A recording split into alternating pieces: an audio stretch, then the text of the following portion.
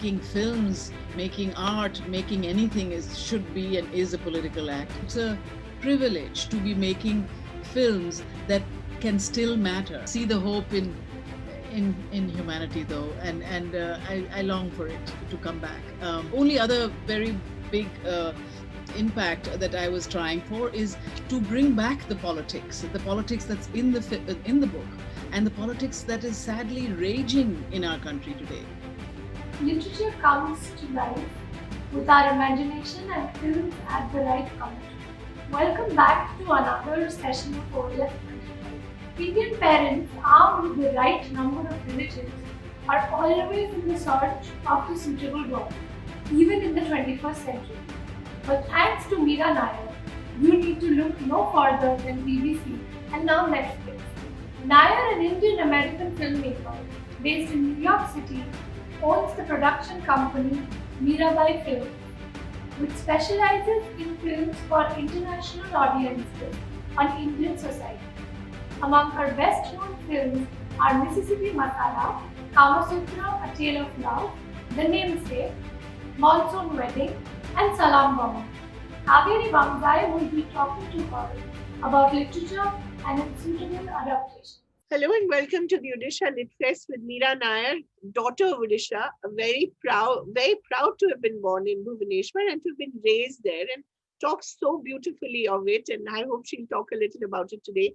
But really, Mira has taught us to be desi and to be global much before anyone else. I think when she made Salam Bombay, it opened the eyes of India, not just the world, but the eyes of India to what the possibility was. And as she says, look outside your window, the stories are all there. And she's always been one of the greatest storytellers we have. And it's such a proud moment for me to have her with us at the Odisha Lit Fest. Thank you, Mira. And we're here today to discuss A Suitable Boy.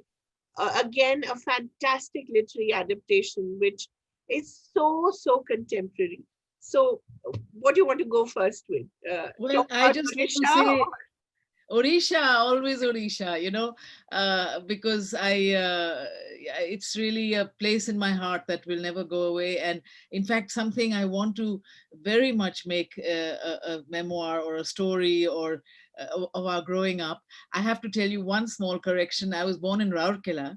Oh, really? Okay, Rourkela, and then moved to Bhubaneswar, where I spent the next almost 18 years. So, but it is extraordinary. And to this day, some of my closest friends are from Odisha, and I'll never forget. So it's a great pleasure to speak to the Odisha Lit Fest, and I'm really just sorry that I'm not there physically myself, as I was just a year ago in February.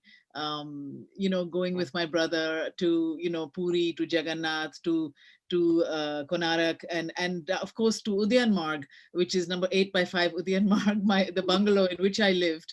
Right.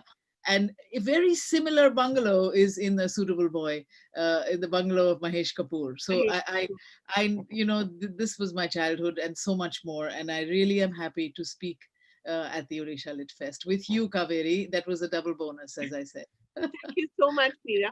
But really, A Suitable Boy is just so wonderful in how contemporary it all is even now, which is also, it's tragedy as well. It's triumph and it's tragedy, because all the schisms that you talk about, all the deep divisions that are there, are still very much alive. In fact, even in an uglier form. And Yes. The beauty about A Suitable Boy is really the love of words and the love of all words, English, Urdu. It's just so fantastic, the celebration of poetry and of prose. So talk a little about that. And because it's so, you've done 3 literary adaptations before, one almost, Shantaram. So that was like 4. So how is it to adapt this particular book? Well, Vikram Seth gave us a complete cornucopia with A Suitable Boy. He has his finger on the pulse of the absolutely extraordinary idiosyncratic characters that make up our humanity in India, whether they be the anglicized lot who speak in rhyme and dream of Keats, or whether they are champagne teas. I love that. And the smitten kitten about to be bitten. Oh, that's just fantastic. That was one of my improvs, I must say, Yeah, but it's because just brilliant.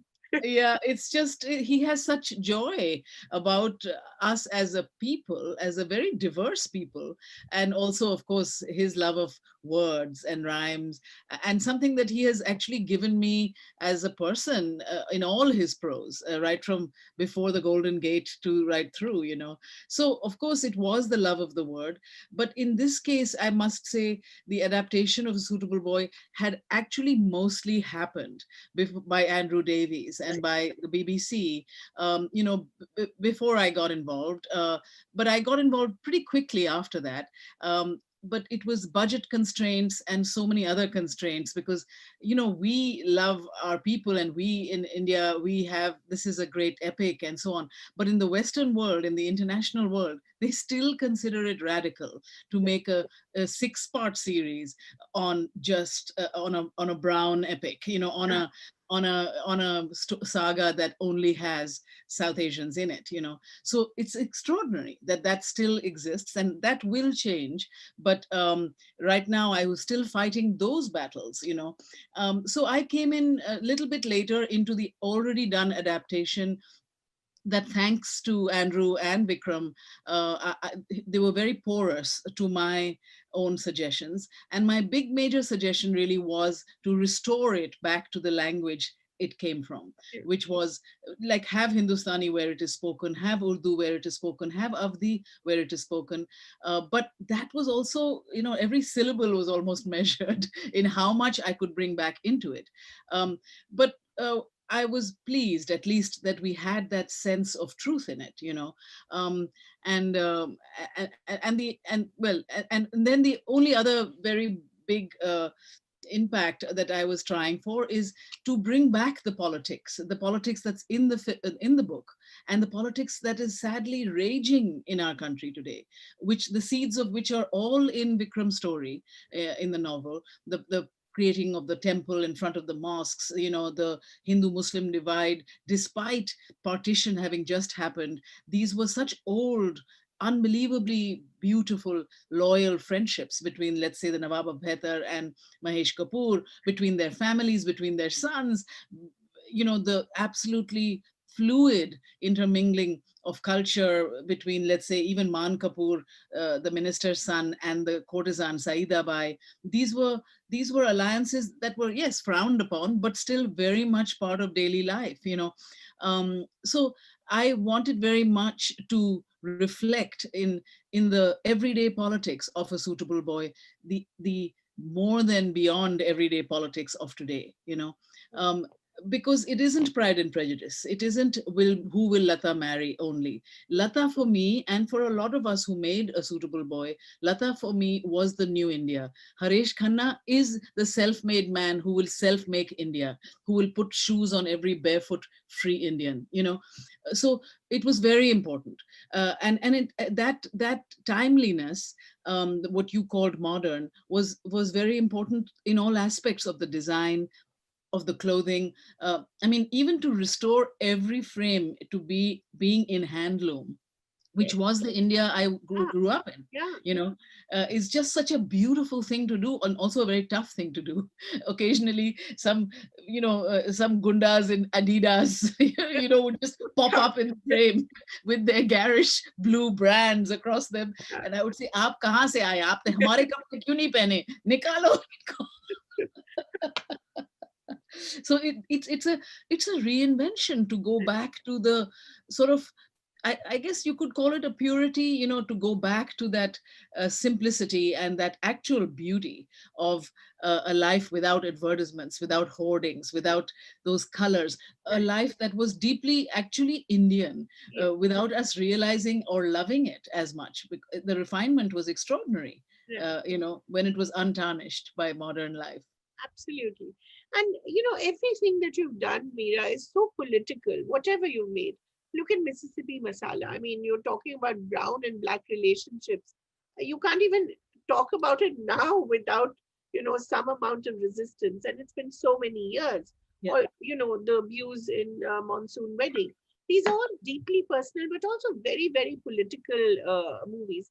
How important is it for you to have the politics of what you're doing right?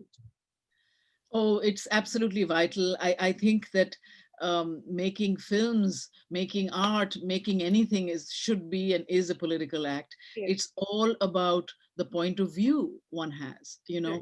You can choose to silence a character, or you can choose to give that character body. I mean, another reference to A Suitable Boy is Mrs. Mahesh Kapoor, who is like the bedrock of this political family. Right. She's a devout, on the surface, like very traditional woman who obeys her husband and all of that, and does the puja and picks the flowers every morning.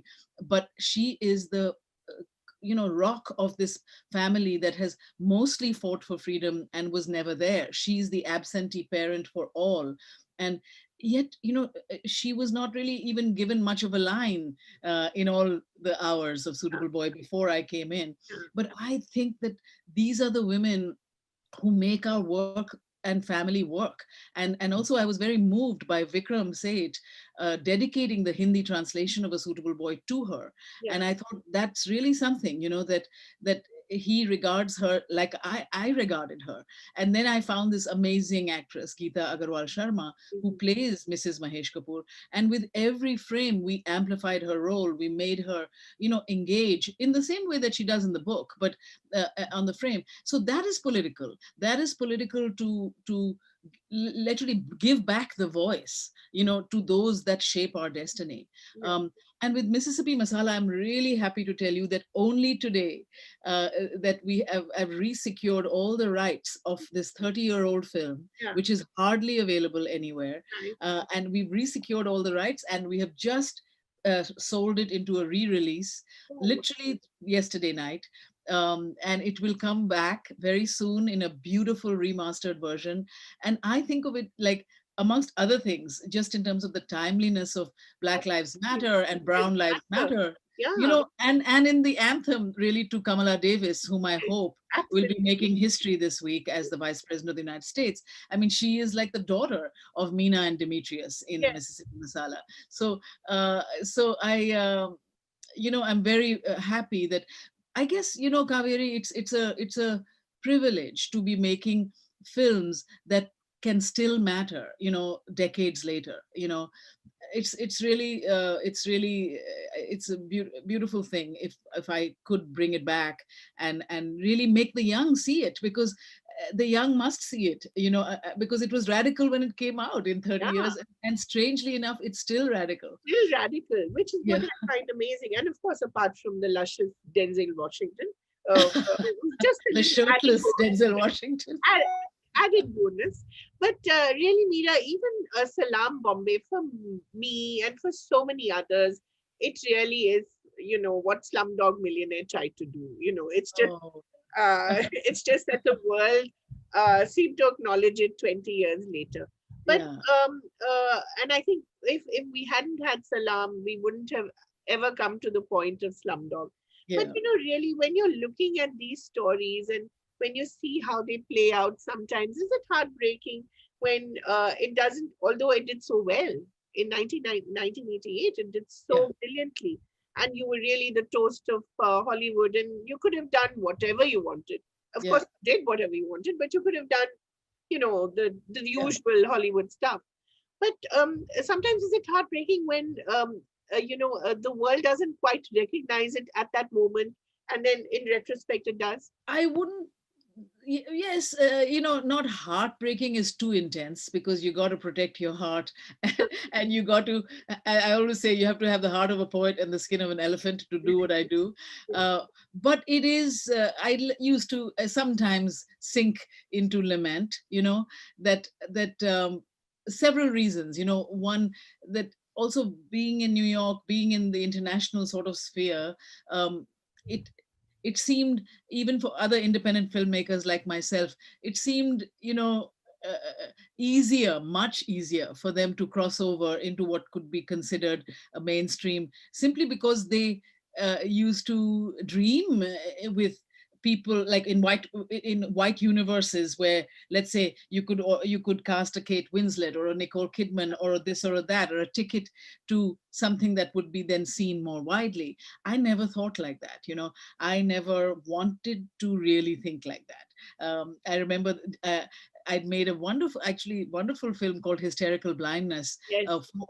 for which was the white universe. I made it for Uma Thurman, who's a dear friend, Yeah. and asked me to do it, and kind of unwittingly, I mean, without thinking quite, I mean, I did it, and it's a wonderful film. But and I was joking, Juliette Lewis is in it, Jenna Rowlands and Ben Gazzara, people whom I love, from the Cassavetes films. I love actors, and I've fed on them. But I remember joking with Juliette Lewis, who ran into me 10 years later and said, "Mira, when are you going to make another film with me?" And I said, and I said, as soon as white people, begin to be interesting to me, I'll come right back to you. But I definitely felt, right from the beginning that. Well, it's a slogan I say a lot. If we don't tell our own stories, no one else will, and if they tell them for us, they'll bugger them up. So we, we and that's what. So I guess that does define where I go, in the gravitation. And sometimes, because of the way we were raised on so much literature, on so much Russian books, and so much English, Vanity Fairs and so on. Sometimes when these adaptations or these books come along that really had meant something to me in my childhood, I say yes, and I enter that world as fluidly as an Indian world. But it is true that I'm drawn to our own, to our own dilemmas and to our own struggles, and especially to our music and to our, and to our poetry, which is limitless in its depth, and I feel like I've only just begun in that exploration. And Saida Bai really is the epitome of all that. And she represents Begum Akhtar and, all that she carries with her. Talk a little about the magnificent Taboo. This is, Oh, you worked with her for the second time, and she was so brilliant in The Namesake as well. Talk a yes. little about her. Well, Taboo Jan, it's her birthday just a couple of days ago. Yeah. Happy birthday to my really piece of my Dil Ka Tukra. She is absolutely extraordinary. In in that she actually contains a mystery. She actually contains a mystery, the way that Marlene Dietrich did, or the way the greats have, where she doesn't reveal everything, and she chooses to reveal when she reveals, and at the same time has such a accomplished sense of craft that she knows what each jhalak, each glance would do, um, and laced with all that is a comic timing that is absolutely unimitable, inimitable. She's a great cackler in private. She cackles and Yeah. laughs, and we have a very girly relationship in private, in the sense that we love, design, we love fabric, we love dressing up, and we, And Raw Mango. and sometimes raw mango, and sometimes just rasta kamal, sometimes badla ornis. I mean, we just enjoy aesthetics very, very much, beautifully. But mostly the depth of her emotion and the lack of showiness, Yeah. there is no falsity in Taboo, on and off screen. And and I really think, she can pretty much do anything. Although she was there was no other Saida Bai. I mean, she was the epitome of Saida Bai in terms of the ada, the whole culture, the whole um, grace, and the wiliness, even, and the mischief, all of it, but I could work with her every, again and again and again, and each time I'm sure she would reveal something new. And I just think she's a real treasure for our country, and for our cinema. So, Meera, where are you now at? I believe that there's an Amrita Shergill biopic which is on the way. I hope it is true because I think she's a fantastic character. You've also talked about perhaps making a series on the refugees, on the urban migrants, which is again a fantastic idea. What are you looking at? What has this period been like for you? Just soaking in, of course, the appreciation for Suitable Boy as well. And what are you currently working on? I am currently working on two or three things, but the thing I'm immediately involved with is a screenplay that a wonderful French-Hungarian writer Clara Royer is writing on Amrita Shergill, produced by a young and Punjabi producer here in New York, Samudrika Arora, who I've teamed up with. Yeah, we are deep in it. I'm surrounded. I'm in my study in New York, and I'm surrounded by. This is her father, Umrao Shergill, and his photographs, and everything that she has done, paintings and so on.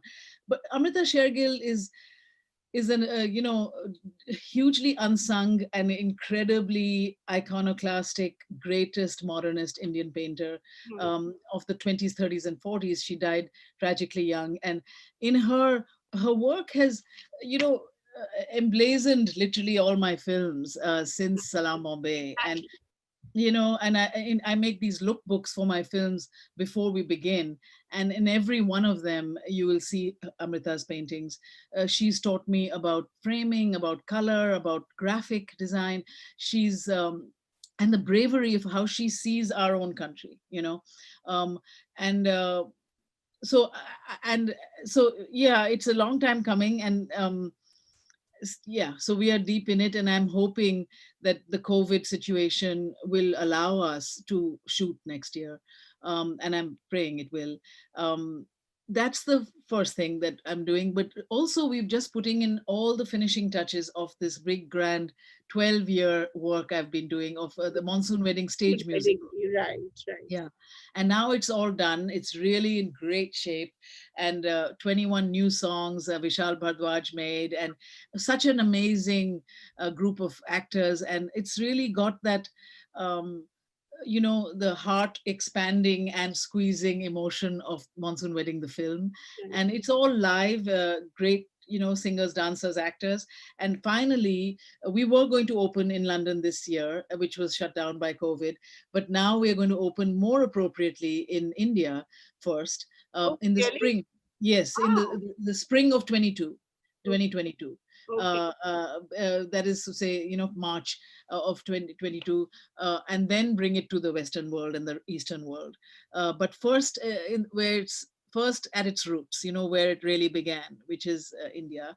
And so that's the other big project. And then in 2022, I'll start Jungle Prince of Delhi, which is this big Amazon series um, on the extraordinary true story that was written about in the New York Times by Ellen Barry. This story of Oh, the yes. Empress of Awadh, the Vilayat, who Right. declared herself the Empress of Awadh, and settled herself in the New Delhi railway station with her Yeah. sons and with her children and her dogs for 10 years until Yeah. Indira gave her.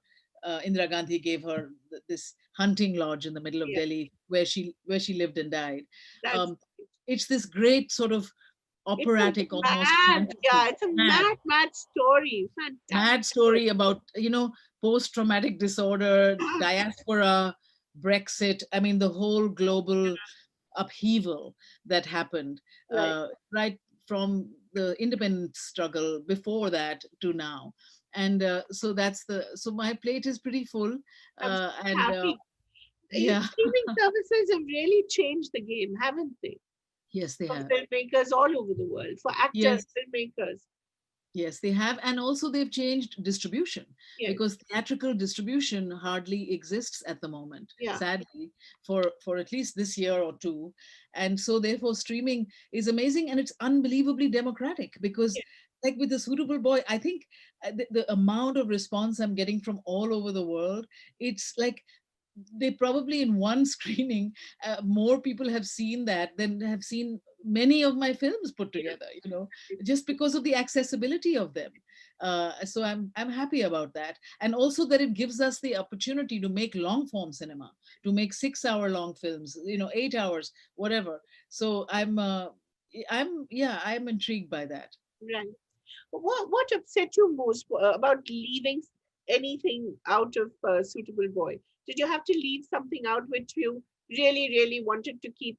I missed Jawaharlal Nehru's entry, actually. I was just waiting for the actual, you of course have it in footage, documentary footage, Yes. but the way it's described in the book is so wonderful, and it's so Nehru. It just Yes. sort of, Well, I I'll put him in Amrita Shergill because he was a great please. friend of hers. Oh, he was? Yeah. Oh, Oh yes. Oh yes. was it a Lady Edwina kind of thing? No, no. I mean, I think many people wanted it to be, but it wasn't. It was a friendship, and it was a It's great admiration of each other. one, He loved her art, and he wanted her to paint his portrait, and she said that she would. He was too beautiful for her to paint him. That she goes. She went for much more for people who are much more twisted and and not as open as he was. But I in Suitable Boy, actually, I missed doing more with Haresh Khanna's life and with Bhaskar's life, the young boy. That because I miss how Haresh,